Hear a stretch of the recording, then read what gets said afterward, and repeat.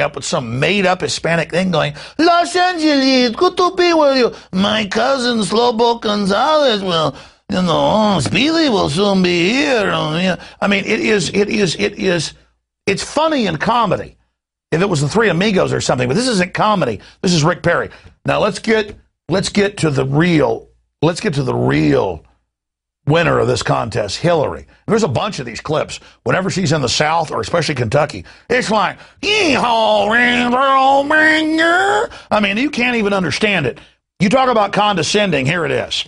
I don't feel no ways tired. I come too far from where I started from.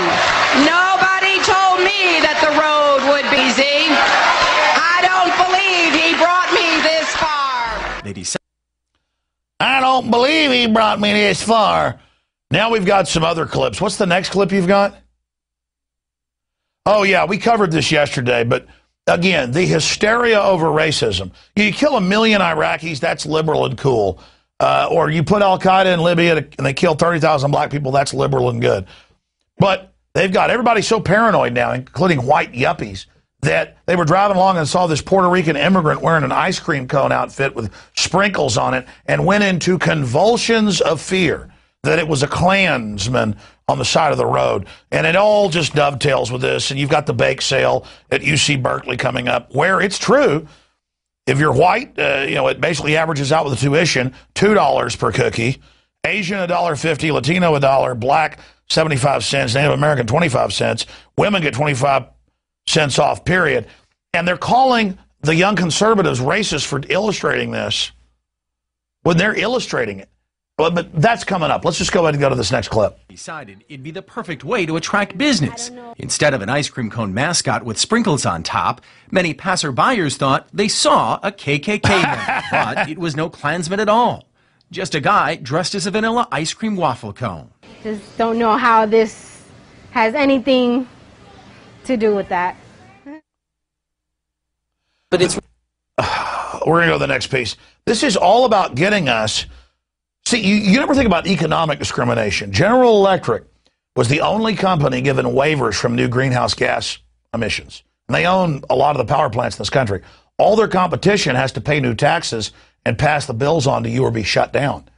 What about economic discrimination? What about the fact that major Fortune 100 companies are almost totally exempt from taxes, but you and I aren't? No. We're too busy running around seeing people in ice cream outfits. I've seen in Austin, and almost running off the road, they reported, in fear. We're too busy obsessing over supposed slights that are going on to miss all the real stuff that's happening, the real economic discrimination going on by offshore corporations. Now, in closing, in this whole piece, here's an ABC News article, a video. I have the article right here, where they're illustrating that in California, the bill is on the governor's desk, just like a forced inoculation bill is on his desk, where they actually codify, not affirmative action, not like a private university says, well, Native Americans have been really scammed. We want to try to encourage and give them scholarships or let them. I'm all for that. Let's try to, even a quota.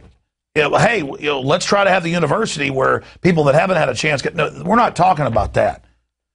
This is actually where, if you're white, you pay double, no more than double what a black person pays. Look, that is discrimination, period. And two wrongs don't make a right. And again, it isn't that you just pay double. They're making you pay double to pay for somebody else's tuition. And hey, if you looked at the statistics, women are 61% of college graduates now, and most of them aren't white. Don't worry, you drive around all day and see homeless white people everywhere. The average white person doesn't know their head from a hole in the ground. This idea that white people are like some master group screwing everybody is a fraud. Let me tell you, screwing people. It's the banks that are using their system to implode our society. But I'm done preaching. Let's just go ahead and go to this final clip. It's really there to cause people to think more critically about what this kind of policy would do in university admissions. Lewis says it's the club's way of taking a stand against pending legislation that would let UC consider a student's race or national origin during the admissions process. They've scheduled a bake sale where the price you pay for a cookie or brownie depends on your gender and the color of your skin.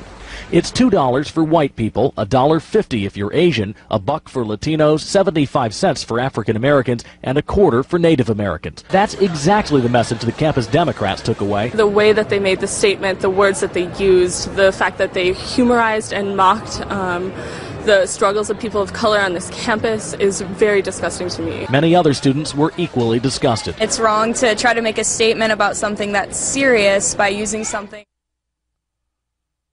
I mean, I don't know what to tell this woman. What is it, like 80% of NFL players are black now? I mean, what, we're going to make it all white guys because you want to make it fair? I mean, it just, what do they not get about this? They don't care about 1 million dead brown Iraqis, though. No, it's all, they're making a joke out of a serious issue. No, they're illustrating that they now have a bill on the governor's desk that actually says whites pay more than anybody else for tuition. I mean, that's incredible. I'm all for laws where you can't discriminate against a group or a religion.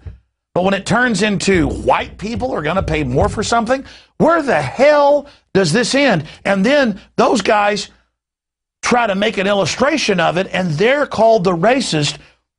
I tell you, you liberals aren't liberal at all. You are nothing but a political group of criminals. And the Republicans are a bunch of warmongers as well. You all ought to be happy with each other. Republicans ought to love Obama, all the wars he's launched. I just can't believe this country's turned into this. I mean, the people that are on medical marijuana under state law and have a doctor's letter can't have a gun now. Outside of law, the ATF just says. And then meanwhile, you're talking about people's rights to get half off or more on their tuition. What about all of our rights? They don't have the TSA grab our genitals and molest our wives. See, while you're busy obsessing over your religion or your color, all of us are getting screwed. Don't you understand that? If we all don't have the same rights, none of us have those rights. Jesus, what the hell's your problem? All right, I'm sorry. People ask why I get more wound up on this nighttime show. One thing, I'm burnt out and tired, and I'm sick of it. All day I'm reading this stuff. You know, by the time I get on the radio every day, I've been up since 6 a.m., but I'm still kind of asleep. By the time I get on air, it's like, when does this end? When does it stop? When does the ignorance end? 2 wrongs don't make a right. It's really simple.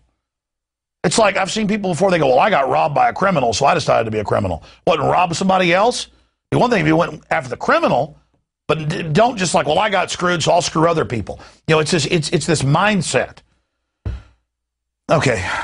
You know what? Let's just go to break, and I'll come back with the geoengineering and the dye bulb machines and the California prosecutor and all the rest of it. My God. We'll be right back.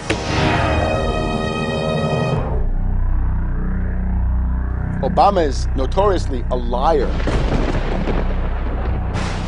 We need to go to where the real architecture of government is, and it's not in a president. Wall Street has hijacked Washington in broad daylight.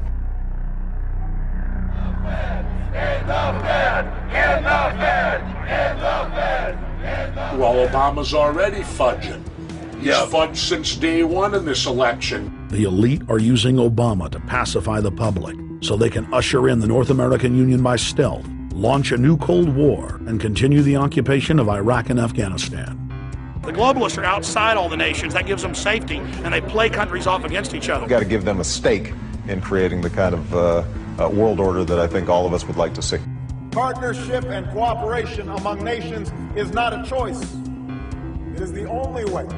What they're doing is using the existence of the United States to act out their Wall Street fantasies of world domination and maintaining their capital structures and maintaining their system of looting. The fight that this country has been waging since its inception is for the central bankers not to take over the country. President Barack Obama is only the tool of a larger agenda. Senator Obama had a desire to do some meetings. Others had a desire to meet with him tonight in a private way, and that's what we're doing. Presidential candidate Barack Obama was publicly criticizing the North American Free Trade Agreement in a bid for votes, but privately telling Canadian officials not to worry about it. If you talk to our generals, they are desperate for is a civilian counterpart to our military force. what do you call this thing where you get this false sense of gratification, but because a black man is in office, everything's gonna be all right. No, everything's not gonna be all right. So I know how unpopular it is to be seen as helping banks right now, especially when everyone is suffering in part from their bad decisions. I promise you, I get it. The Obama deception. The truth strikes back. Get your copy of The Obama Deception today at Infowars.com or download it in super high quality at PrisonPlanet.tv.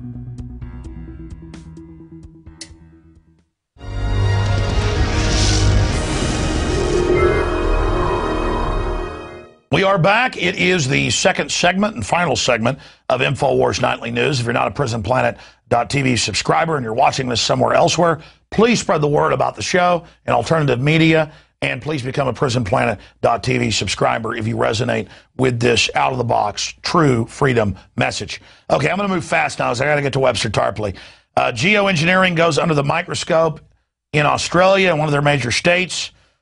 And more of their scientists are pointing out there are secretive and now public geoengineering programs going on that governments claim are to protect us from this and that. But the whole thing is super creepy.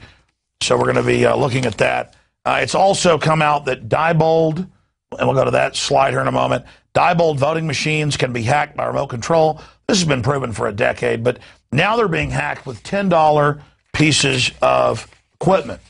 And again, that's about all of us more and more losing our rights, but not being able to admit that we're being defrauded.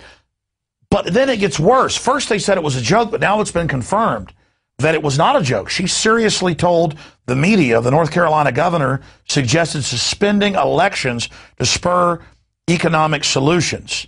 She said because people will be removed from office if they do things that aren't popular, suspend elections. That's what Governor Bev Perdue, a Democrat, said. And now they've already suspended the Congress, the General House, controlling spending bills. That's now done by a committee of 12 tyrants. So just an incredible, incredible time to be alive. Finally, I want to play a clip of our good friend Judge Andrew Napolitano. He had the district attorney on, the prosecutor in Orange County, California. You know, that's nearby where that homeless guy who did nothing got beaten to death by the cops. And the cops covered it up at first, but finally they've done the right thing, and they've charged one cop with premeditated murder, the other with manslaughter. And the district attorney pointed out, if cops in the wrong are beating you to death, you have a right to defend yourself with lethal force. That's common sense, that's common law, and that's what 1776 is all about. What can an ordinary person do to resist unlawful violence when the violence is perpetrated by the police? Well, you know, to begin with, we do have a United States constitutional right to be free from unlawful or unwarranted excessive force under color of law. So that part doesn't vary from state to state. And I think that citizens, or everybody, not just citizens, but we all have a right to self-defense. Wow. I mean, I shouldn't say wow, but more and more people are just speaking the obvious, speaking the truth. We all got a right to defend ourselves.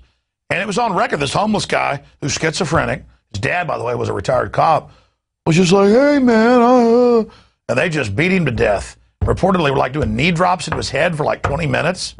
I mean, what is, they're hiring a bunch of weenies who like to gang up 5 at a time on people. That's what it is. I mean, no self-respecting man wants to beat up people that didn't start a fight with you.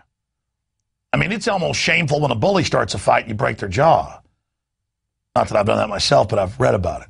I mean, it is just so pathetic. And that's good. I hope they stick a needle in that